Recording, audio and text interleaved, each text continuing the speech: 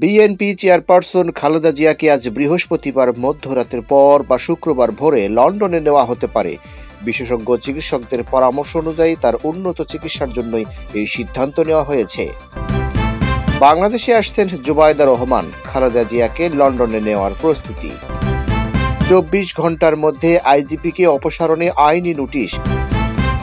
ত্রয়োদশ জাতীয় সংসদ নির্বাচন ও গণভোটের তফসিল ঘোষণা 7 ডিসেম্বরের পর যে কোনো দিন করা হবে বলে জানিয়েছেন নির্বাচন কমিশনার মোহাম্মদ আনোয়ারুল ইসলাম সরকার। নিবন্ধন পাচ্ছেন অনশন করা সেই তারেকের আমজনতার দল। আসন্ন ত্রয়োদশ জাতীয় সংসদ নির্বাচনকে কেন্দ্র করে 237 আসনের পর আরও 36 আসনে প্রার্থী ঘোষণা করেছে বাংলাদেশ জাতীয়তাবাদী দল বিএনপি। এতেও মনোনয়ন পাননি বিএনপির সহ আন্তর্জাতিক বিষয়ক সম্পাদক রুমিন ফারহানা। নেতানিয়াহু নিউ ইয়র্কে প্রবেশ করলে তাকে গ্রেপ্তার করা হবে বলে জানিয়েছে মামদানি। এবং পটুয়াখালীর কলাপাড়ায় সরকারি প্রাথমিক বিদ্যালয়ের তালা ভেঙে বার্ষিক পরীক্ষা নিয়েছেন উপজেলা নির্বাহী কর্মকর্তা কাউসার হামিদ।